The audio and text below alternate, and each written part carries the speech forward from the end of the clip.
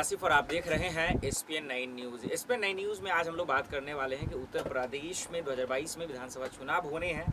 तो एक पार्टी को छोड़ दूसरे पार्टियों में नेताओं का आना जाना शुरू हो गया है और ये होते रहे हैं। ये ऐसा पहली बार नहीं। लेकिन अगर कोई ईडी के अफसर अपनी नौकरी को छोड़ किसी पार्टी में अगर शामिल हो जाते हैं, ये बड़ी बात है और ये सियासत को तेज करने वाली बात हो जाती है।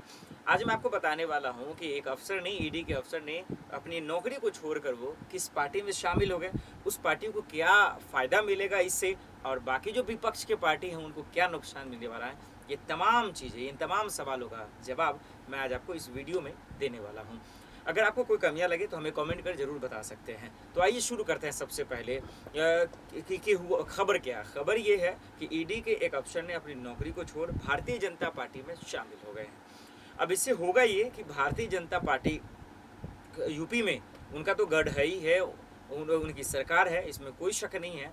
लेकिन उनकी मजबूती ये मिलेगी कि जिस तरह से कोरोना महामारी में भारतीय जनता पार्टी पे तरह तरह के सवाल उठे, योगी सरकार में तरह तरह के सवाल उठे, तो इन तमाम सवालों का जो फ़र्क है वो थोड़ा कम इसलिए होगा क्योंकि अब ये जब भारतीय जनता पार्टी में शामिल हुए हैं तो ये लोगों को ये बता सकते हैं कि जो ज़मीनी समस्या थी, जो लोग नहीं समझ पा रहे हैं, तो उन पे ये तवज्जो देंगे और शायद इनसे इन सब चीज़ों से उनका काम असर होगा।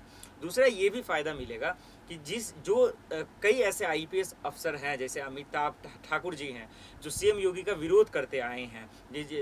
2 दिन पहले ये खबर आई थी कि उन्हें जो है हाउस अरेस्ट कर लिया गया। तो ये जो ऑफिसर लोग हैं, ये आईपीएस ऑफिसर जो हैं, जो सीएम योगी के खिलाफ हैं, जो उनके नीतियों के खिलाफ रहते हैं, जो उनको पसंद नहीं करते हैं, तो उन तमाम लोगों को हैंडल करेंगे ये अफसर लोग। तो ये एक फ़ायदा मिलेगा। दूसरा ये भी मिलेगा कि अगर कोई ऐसे दिग्गज नेता है जो पॉपुलर हैं, जो फेमस हैं, जो लोगों में जिनकी पहचान है, जो अफसर लोगों के लिए जिन्होंने काम किया है, जो लोग उनको जानते हैं, तो उनका भी एक वोट बैंक बनेगा। भारतीय जनता पार्टी में शामिल होने के बाद इन अफसरों का, उन तमाम वोटरों का फ़ायदा होगा। अब बात करते हैं कि विपक्ष से इसको क्या नुकसान है। विपक्ष से ये नुकसान है कि ये तमाम दिग्गज लोग जो भारतीय जनता पार्टी में शामिल हो रहे हैं, तो इससे ये होगा कि जो विपक्ष पहले से कमज़ोर है वो और भी कमज़ोर हो जाएगी।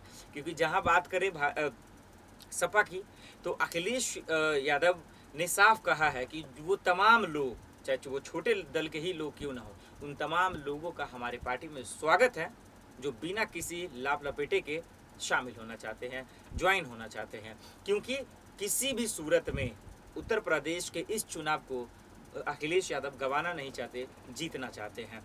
तो क्योंकि यही आपने कुछ दिन पहले ये भी खबरें आई थी कि कई ऐसे बागी नेता हैं बीएसपी के जो सपा में शामिल हो सकते हैं, कितना ने शामिल भी हो गए। तो एक नेताओं का दूसरे पार्टी में जाना, दूसरे नेताओं का तीसरे पार्टी में जाना, ये तो सिलसिला चलता ही है। लेकिन ये आईपीएस, ईडी के अफसर, ये तमाम लोग जब किसी पार्टी में जाते हैं तो लोग सवाल खड़े करते हैं। अब विपक्ष ने अभी तक फिलहाल कोई सवाल तो खड़े नहीं किए, लेकिन मैंने आपको बताया था कि पूर्व आईपीएस अमिताभ ठाकुर ने जो है किस तरह से गोरखपुर में आपने देखा उन्हें हाउस अरेस्ट किया गया। उन्होंने योगी सरकार पे सवाल उठाए, उन्होंने उनकी नीति पे सवाल उठाए, उन्होंने उनके कामकाज पे सवाल उठाए। यही वजह है कि 2022 के विधानसभा चुनाव में उन्होंने अनाउंस किया कि सीएम योगी के खिलाफ चुनाव लड़ेंगे। तो किस तरह से बहस छिड़ गई, किस तरह से सियासत होना शुरू हो गया, किस तरह से राजनीति करने वाले लोग राजनीति करना शुरू कर दिए।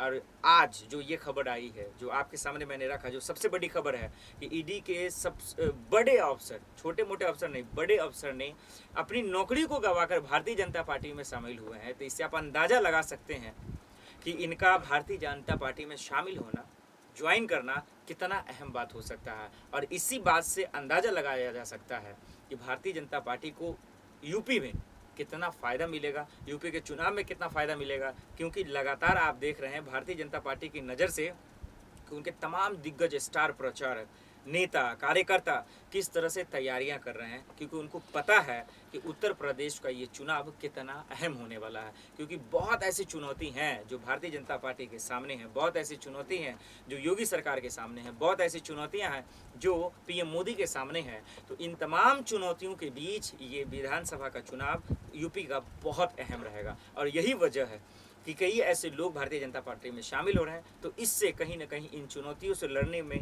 थोड़ा सा जो है आराम होगा भारतीय जनता पार्टी को। देखना होगा कि विपक्ष अब इन मुद्दों पर क्या कुछ कहती है, विपक्ष किस तरह से रणनीति बनाती है, विपक्ष लोगों के लिए क्या ऑफर लेके आती है। क्योंकि अखिलेश ने साफ कहा है कि नौकरियां तो देंगे युवाओं को, लेकिन ये जो मैनिफेस्टो है इस पे तो लगातार जो है जो चाहते हैं वो लिखवा लेते हैं, जो चाहते हैं वो बोल देते हैं, वादे किए जाते हैं, लेकिन ज़मीनी हकीकत पर पूरा कितना होता है ये भी आप बाखूबी चाहते हैं। फिलहाल के लिए इतना ही, बाकी खबरों के लिए देखते रहें SPN9 न्यूज़। नमस्कार।